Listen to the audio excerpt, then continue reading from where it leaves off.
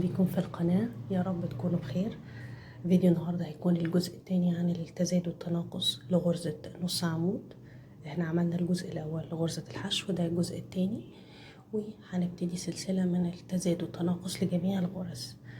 تابعوا الفيديو للآخر علشان تعرفوا الأدوات والطريقة.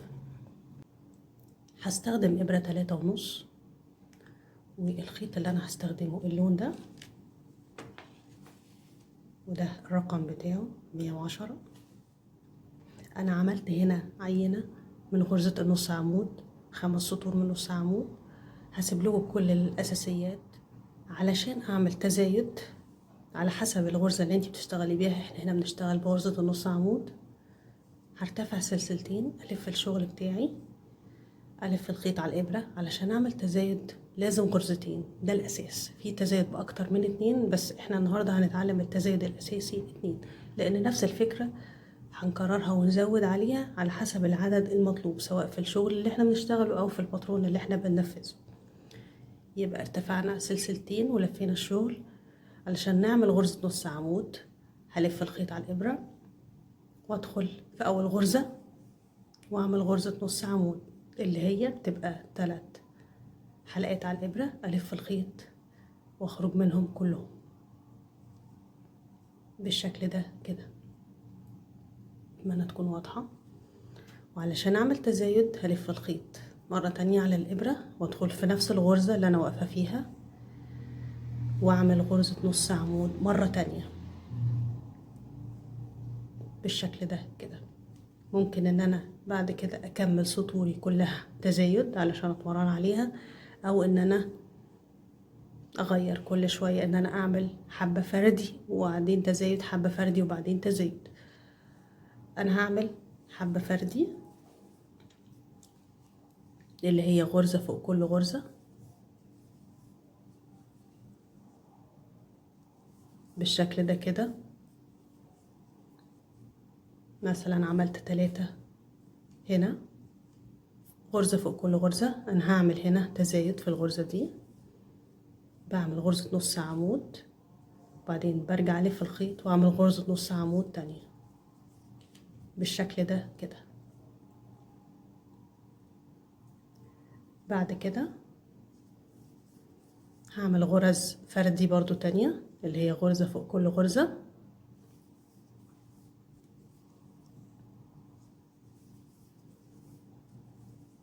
وده كده تمرين ان احنا نشتغل فردي وزوجي في نفس الوقت، بحيث ان انا لو انا عندي باترون بيقول لي اعملي تزايد في غرزة معينة وبعدين اعملي فردي في غرزة معينة، ابقى اقدر اعرف وانقل ما بين الغرز.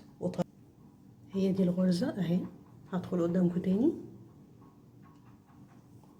بالشكل ده كده، الف الخيط واسحب. هيبقى عندي 3 لفات على الابرة، الف الخيط واسحب منهم كلهم، الف الخيط على الابرة تاني عشان هعمل تزايد في اخر غرزة، الف الخيط وادخل في الغرزة واعمل غرزة نص عمود بالشكل ده كده. بقى انا عملت هنا تزايد في اول السطر وتزايد في نص السطر وتزايد في اخر السطر. في طريقة تانية في الكتب القديمة بتاعت الكروشيه. هنا انا عملت سلسلتين وعملت غرزة نص عمود في اول غرزة. التزايد هعمله في تاني غرزة، اللي هو هعمل غرزتين نص عمود في نفس الغرزة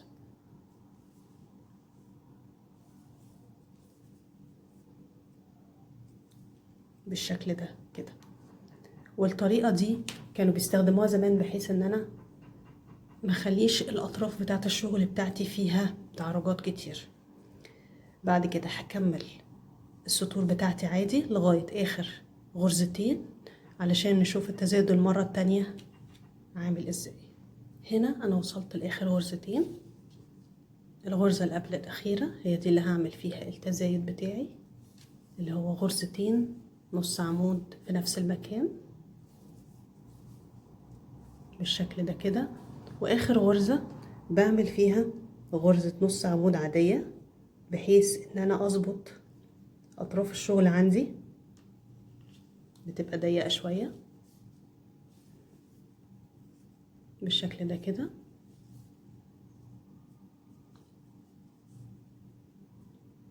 علشان تبقى اطرافي مستوية، وانا عملت التزايد من غير ما يأثر على شكل القطعة اللي انا بشتغلها او الباترون اللي انا بشتغله او الشغل اللي انا بشتغله بشكل عام.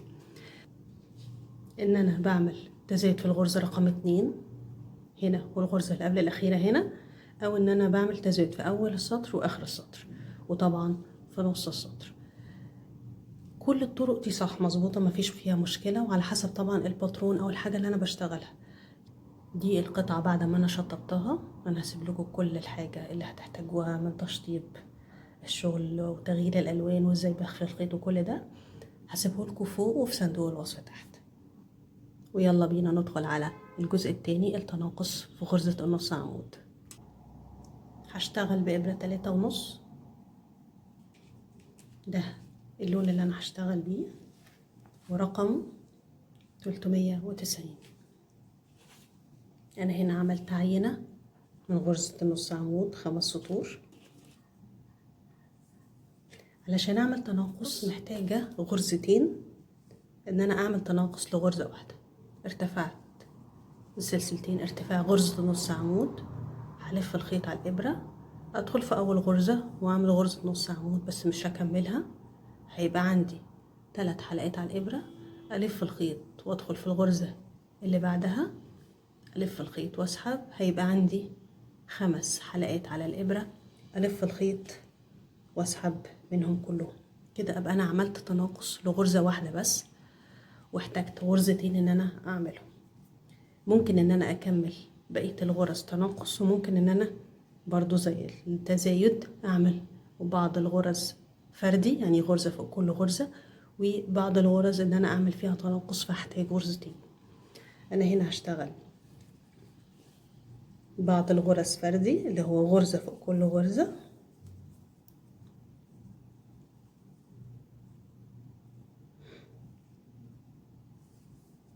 اشتغلت 3 غرز نص عمود. اللي بعد كده هتعمل تناقص واحد، هعمل غرزة نص عمود مش هكملها، الف الخيط على الابرة وادخل في الغرزة اللي بعدها، اعمل غرزة نص عمود ومش هكملها، هيبقى عندي 5 لفات على الابرة، الف الخيط على الابرة واسحب منهم كلهم، وابقى انا كده عملت تناقص لغرزة واحدة. هعمل هنا غرزة واحدة، وبعد كده هعمل تناقص في اخر غرزتين، هعمل غرزة نص عمود ومش هكملها، 3 حلقات على الابرة، الف الخيط وادخل في اخر غرزة بالشكل ده كده، الف الخيط واسحب، هيبقى عندي 5 لفات على الابرة، الف الخيط واسحب منهم كلهم. انا هنا مش عاملة التناقص بعدد معين او في مكان معين، انا بوريكم ازاي بنقل ما بين التناقص وان انا بعمل غرزة عادية فردي، غرزة فوق كل غرزة. هنا هنشتغل نعمل تناقص مرة تانية عشان نشوف الشكل ازاي بيبقى بعد كده في تغيير الاماكن بتاعته. هنا انا عملت غرزتين سلسلة ودورت الشغل، عملت غرزة نص عمود وما كملتهاش، هلف الخيط ادخل في الغرزة اللي بعدها، هيبقى عندي 5 حلقات على الابرة، الف الخيط واسحب، يبقى كده انا عملت تناقص في غرزة واحدة بالشكل ده كده. هنا انا هعمل غرزة نص عمود واحدة بس، انا اوريكم بنقل بين الغرز ازاي بالشكل اللي انتوا شايفينه ده. بعد كده هعمل تناقص هحتاج فيه غرزتين، يبقى عملت غرزة نص عمود عادية، هلف الخيط وادخل في الغرزة اللي بعدها، يبقى عندي 5 لفات على الابرة، الف الخيط واسحب منهم كلهم. هنا عندي غرزتين هعمل تناقص، عملت غرزة نص عمود وما كملتهاش، 3 حلقات على الابرة، الف الخيط وادخل في اخر غرزة بالشكل ده كده، الف الخيط واسحب، هيبقى عندي 5 حلقات على الابرة، الف الخيط واسحب. طبعا زي ما انتم ملاحظين ان الشغل بدأ يضم. هرتفع سلسلتين،